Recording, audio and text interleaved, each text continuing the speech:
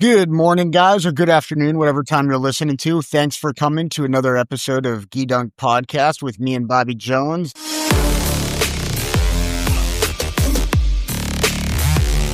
We're going to talk today about education and science and funding and things like that are in the news, all over the news, and sort of some of the real world applications of the policies that are coming out of the current administration.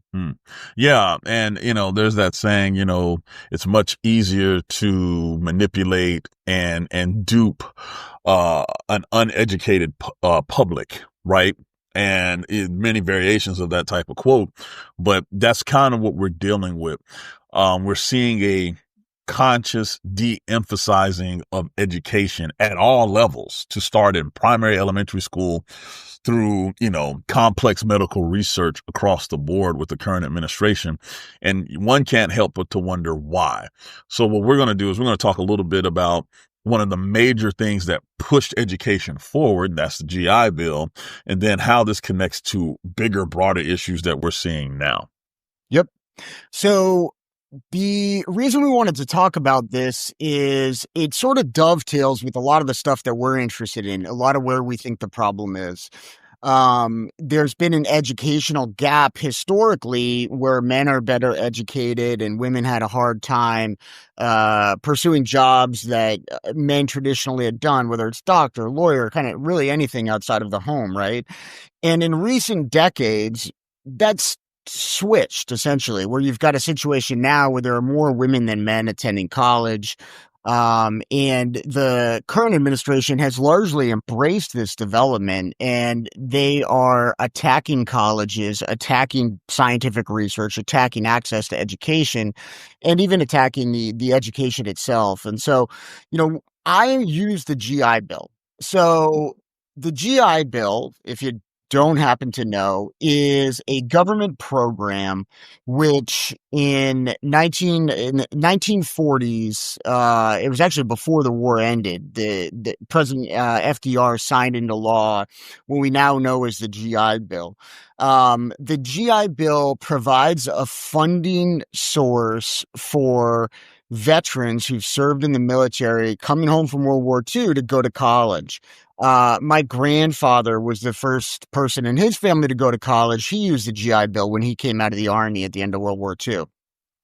So the GI Bill has been used. I mean, it was massively successful, right? And so 10 million people after World War II used it. After Korea, you had another 7 million people who used it.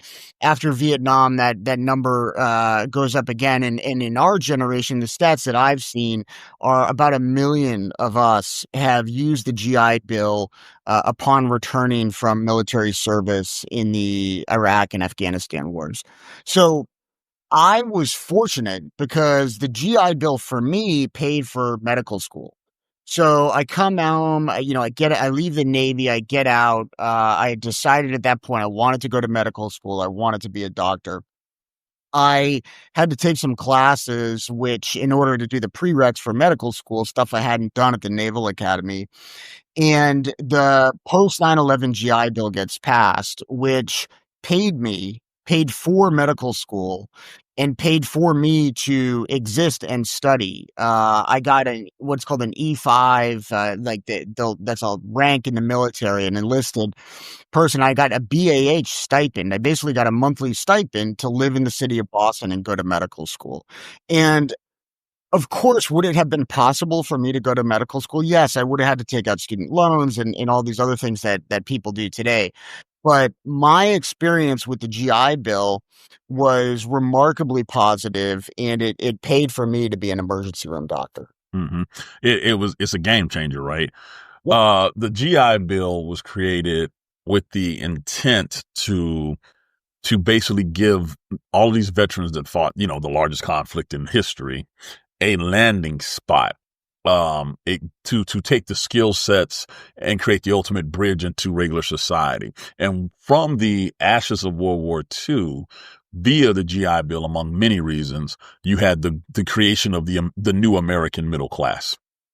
Right. You saw people from various economic backgrounds be able to become middle class. The rise of the suburbs happened because of it. And so just for people to understand, when you had kids coming from rural areas, inner city areas, the education allowed them to go to college and create those jobs that provided the white picket fence house, the 2.5 children, and the car in the driveway. Literally, like that's not an exaggeration. And here's how you can tell how education can change people's lives when you're allowed the opportunity to get it and when you're not. There was this thing called pink slipping back in the 40s and 50s that were applied to basically people of color, specifically black, those who thought to be part of the LGBT community, where they weren't allowed to utilize those benefits fully. They weren't.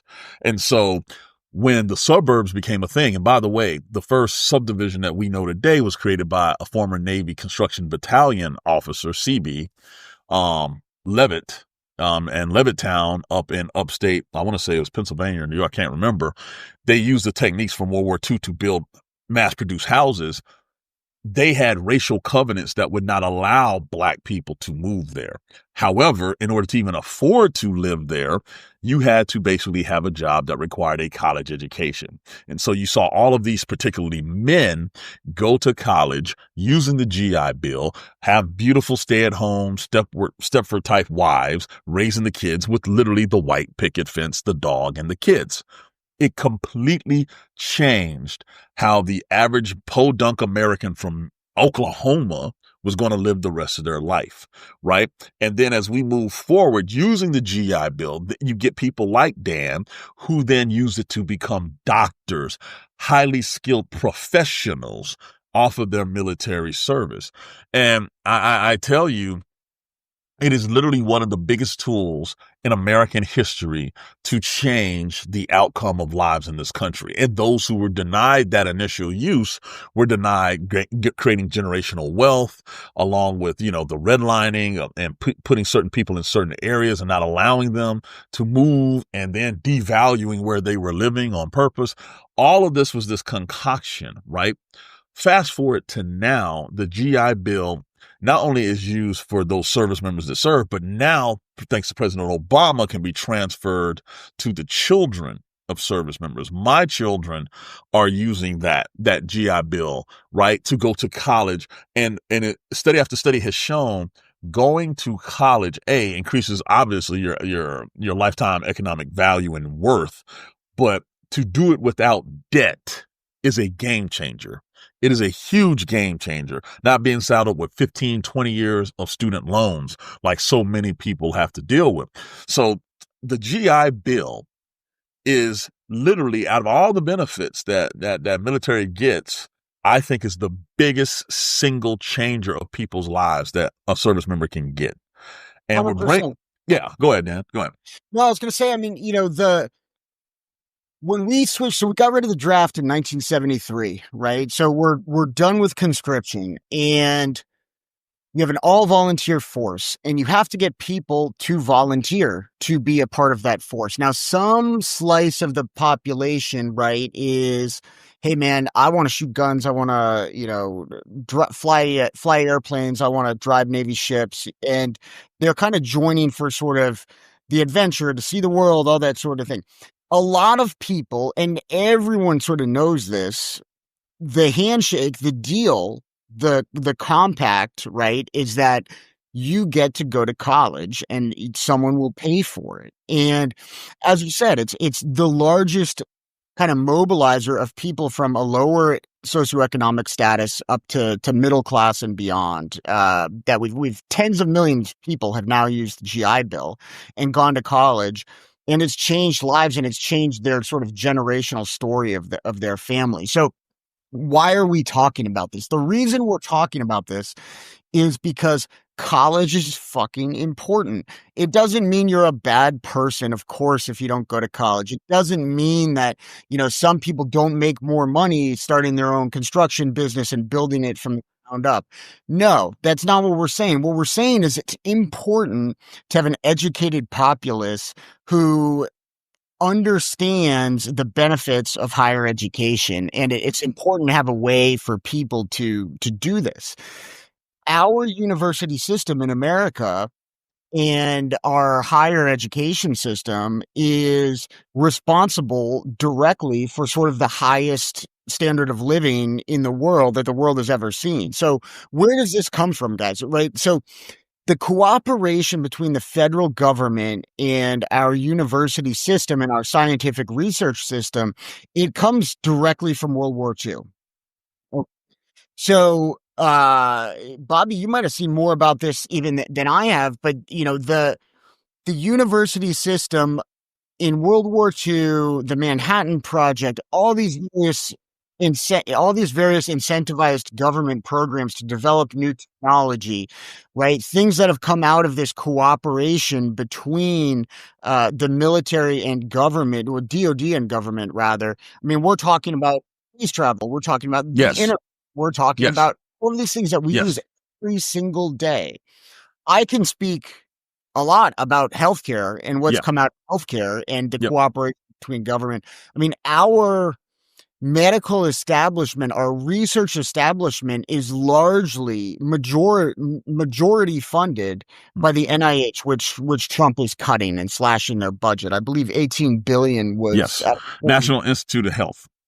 Yeah, for those who Yep. don't know what NIH Sorry. is. Yeah. So the National Institute of Health. And so what I wanted to do is kind of talk through a specific example of something that Donald Trump is cutting, right? Mhm. So when I went to medical school, we learned about a study called the Framingham Heart Study.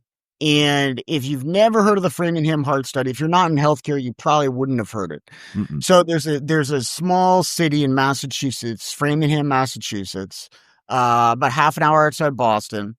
And back in the late 1940s, the government, NIH, decided that they were going to do a longitudinal cohort study of heart disease. Okay. Heart disease, number one killer Yep. in America. Number two is cancer. Number three is, unfortunately, non-accidental trauma and overdoses and things Mhm. like that. But it's always been heart disease here in the US, and we're not unique in that. There in Europe and in Western societies, the thing you die of is heart attacks and the sequela of heart attacks. So the Framingham Heart Study, they get like 5,000 people. They're like, hey, we're going to check in on you every 2 years, and we're just going to follow you. We're just going to follow you and, figure out who has heart attacks, who develops heart failure, all these sorts of things. The Framingham Heart Study's been going on for over 75 years now. And this is where we know all the shit about heart disease. This is exactly where it comes from. Okay. Continuous study, by the way. Continuous. It's been ongoing. They're on their fourth generation. They're enrolling people in this study who have, their great grandparents were part of this study. Okay. And so this is why we know that smoking is linked with heart disease.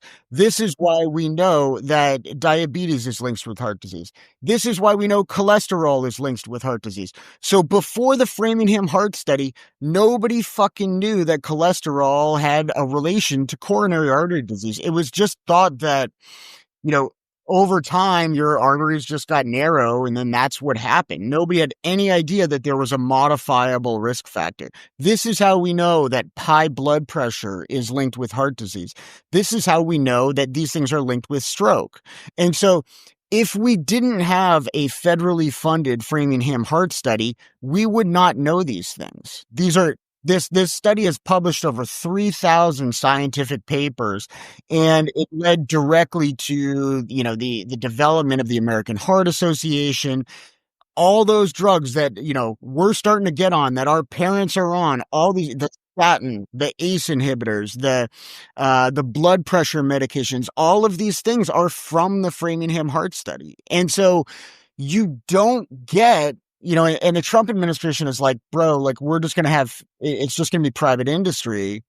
And there's a role for private industry, right? Private industry, they can develop a drug, and they have a great method of developing a drug, and it's very expensive to do so. So they're going to develop drugs that they think are going to make money. That's one small slice of this whole health pie, right? You need to have basic research and people being like, hey, I wonder what cholesterol does in the human body.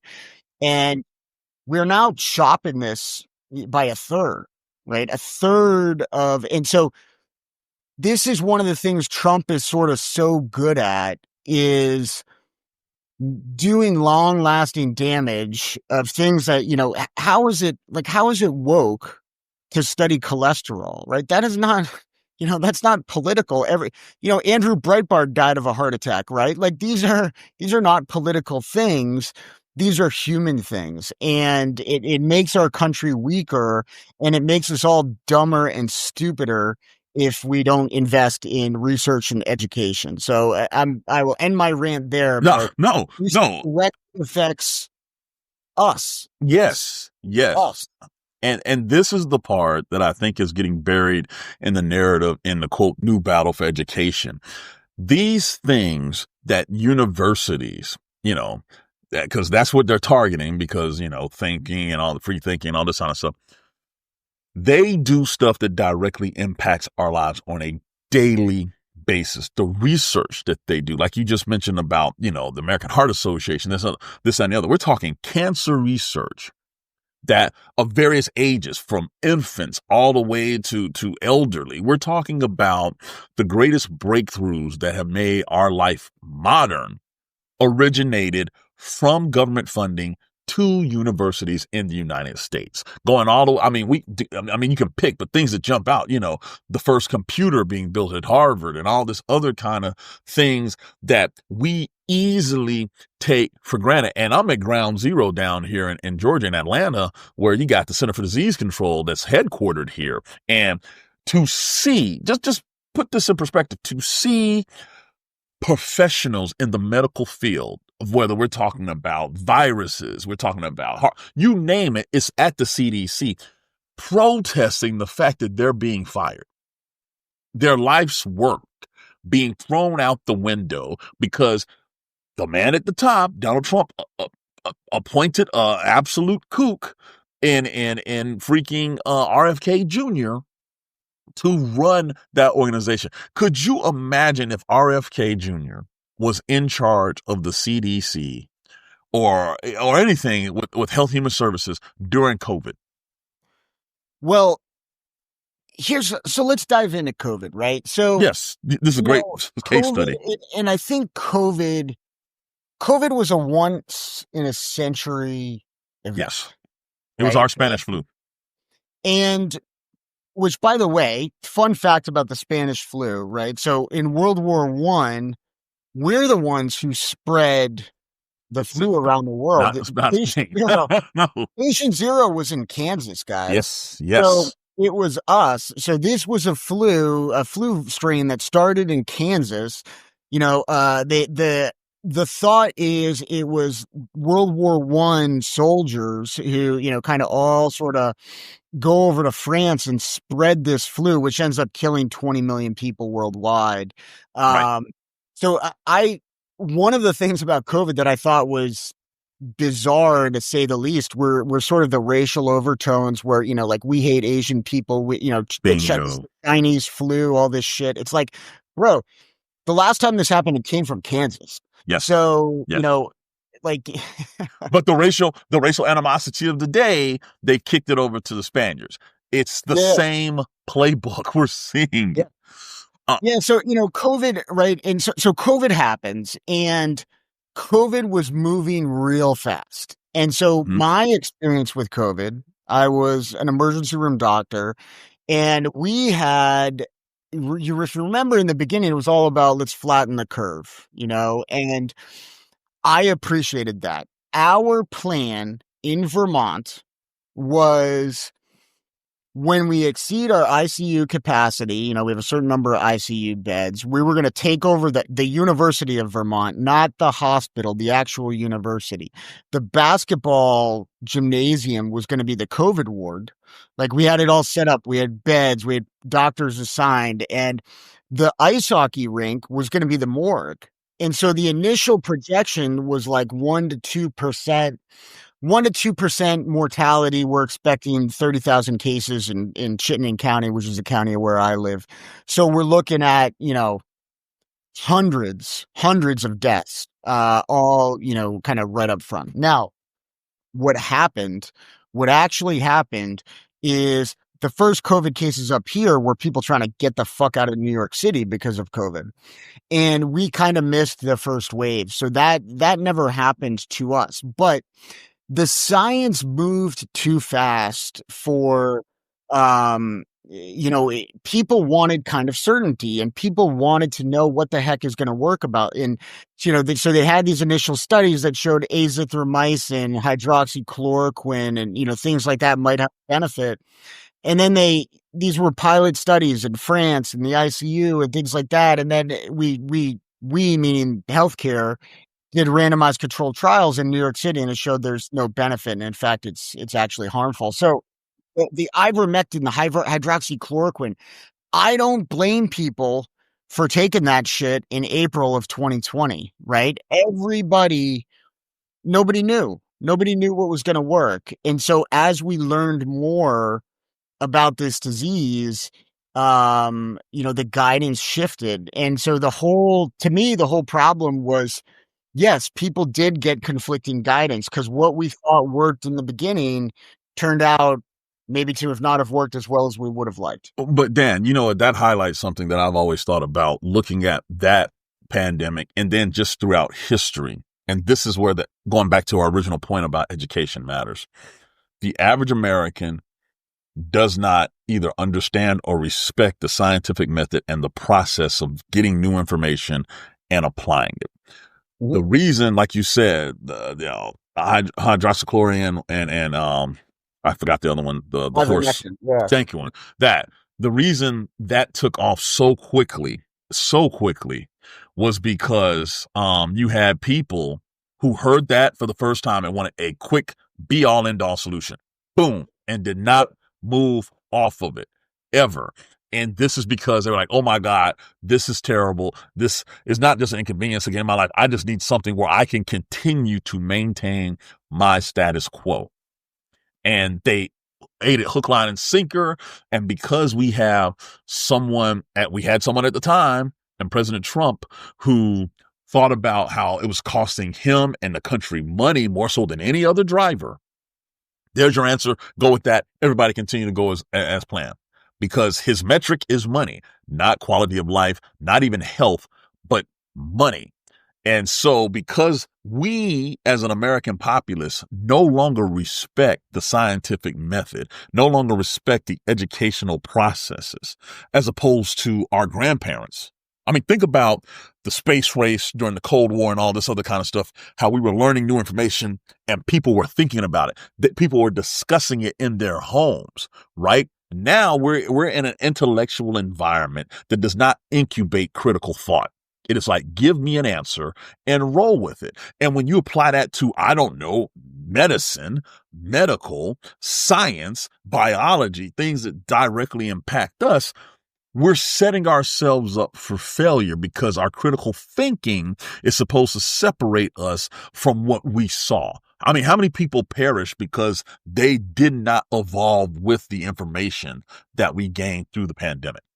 So there's a reason that every dictatorship has wanted to control education, right? Mm-hmm. It happened in Mao's China. It happened with Pol Pot, right? Like they come for, it happened in Nazi Germany. They come for the intellectuals pretty early on, right? Because it's the thought. It's scary, and I don't mean scary like, horror movie scary. I mean, they see that rightly as a threat. Free and independent thought is a threat to some authoritarian figure who's telling you what to think. I think not only are you correct with this, if you look at what the current administration, there are multiple things here that the current administration has done to impact education at all levels. Kind of talked about this again. Just the list that I have here. Obviously dismantling the Department of Education, period. Right? Now that provides standards nationwide, but most importantly to me, it allows people to apply for FAFSA loans, to go to college, to seek higher education. It helps process grants that funds the research that these universities are doing. They're just ripping that all to shreds, right? So you have an immediate impact of kids trying to go to college that can't go, or any type of other type of schools, trade schools, this, that, and the other, as well as, hey, long-term health of society, which requires, like you said, sustained research. That's happening, okay? The penalties that he's going after, the specific schools, not just as far as their intellectual weight, but their symbology. If you don't think it's a coincidence he's going after Harvard and Columbia and these schools like that, you're crazy. You're crazy. Partly is because his son applied to those schools and did not get in, and he's petty. No, dead serious. He applied to those schools, did not get in. So obviously that puts it on the mark. I don't know if that's more Melania or him, but at the same time, he knows what Harvard represents. Why? Because he applied and he didn't get in either. He had to go to Fordham, right? So a lot of that's ego. Then when you look at the military, right? There are programs to military education that provide military training and military education that contractors provide. That funding has been cut. So groups like Vantage Point, Consulting, all these groups that create this curriculum for military to continuously learn, gone. Well, I want to say this, and you guys who've been listening to us for a little bit. We obviously have a worldview, right? But I would, speaking for myself, and I think for Bobby as well, we believe in calling things as they are and truth. And one of the problems that universities have had, in my opinion, in their relationship with the military, comes right out of Vietnam, right? So when you had schools like Harvard cut ROTC on campus in the 60s, in the 70s, their argument was, oh, no, we're not going to have the Army on campus because it's going to militarize, Harvard. And they got it exactly backwards, in my opinion. They got it so backwards. The Army was never going to militarize Harvard, but what happens instead is you don't have Harvard students joining the military, and you're seeding the military, which is proscribed in the Constitution, that we have an army and Congress has power to raise a navy, right? So it's not like the left is perfect in this, in their relationship with the military and the defense establishment, but their big, the nation is best served, in my opinion, with free thought and free thinkers in all ranks of government, including the DoD, including NIH, and if they have ideas that conflict with my worldview, so be it. That's good. That is a good thing. But shutting down discourse, shutting down independent lines of study, shutting down these things, and oh, by the way, just sort of making it harder for students to, through student loans, and let's privatize student loans and these sorts of things, trying to make it harder for the American populace in general to be educated is not a winning long-term strategy. It's laughable that anyone thinks it would. Yeah. No. And here's the other thing that blows my mind about this war on education, right? The people who are waging the war, who want to cut this and cut that and create indoctrination, just take a look at where their kids go to school. They are going to the best schools while he's blasting Harvard. If Harvard was to take Barron Trump today, he'd be the first one bragging about it. It's about access, right? Education is one thing. Knowledge is one thing. But what we have created in American society, right, wrong, or indifferent, in my humble opinion, is depending on the type of school you go to, the name grants you access. Now, this goes back to the original point. Not everybody is supposed to go to college. And I'm going to tell you right now, we need people that are tradesmen. When you compare how many people that have a trade like electrician, plumbing, this, that, and the other, compared to the 1950s, we are lacking based on the population size we have. It's not even a question. And you've had companies and corporations and cities, municipalities complain about this. You have to have a healthy balance of both. But at the same time, you got to have elitely educated people, whether it's in medical, whether it's in law, high level, high functioning, high thinking people that understand ripple effects and are able to think critically on how things affect all of us. And I mean all of us. The military, if you don't have people that can understand different concepts and think about different world cultures, and you're a superpower, that's a fundamental problem. Heck, even China and Russia recognize that fact. They send their officers abroad to get educated. They do, because they understand that their world is very myopic in its view. And in order for their officers and the military to be effective, they've got to see the rest of the world. So if they're thinking that, then how in the hell are we not? How is it that we're going to try to ban books at a service academy? How is it that we will sit there and send the commander in chief to West Point and make the most single-minded speech I've ever seen given there? How can you adopt that mentality and expect your military force to be a game changer, impactful, but most importantly, like, Hexel likes to say, lethality and combat effective, if you don't even understand the environment that you're going to go to? You can't comprehend it. And that, ladies and gentlemen, is why we're pissed off about it, because from just a strictly military point, we know it's terrible, but broader sense, chances are you're on a medication that research started from either someone on a college campus or someone that went to an elite college to learn how to do it. Bobby, I want to go back to this for one sec, because you said something I hadn't thought about, and I was like, oh man, that's true. So RFK Jr., the guy who's cutting all the budget stuff, guess where his kids went to college? Where? He had Brown and Stanford. Oh my God. So an Ivy League, and then like the West Coast Ivy. Yeah, and like I mean, Oh my Brown is God. like the most Ivy of the Ivies, right? Like Brown is like, the Don't get Birkenstock. braids. Yeah. Yeah, That's not yeah. now. Play your heart on the kid.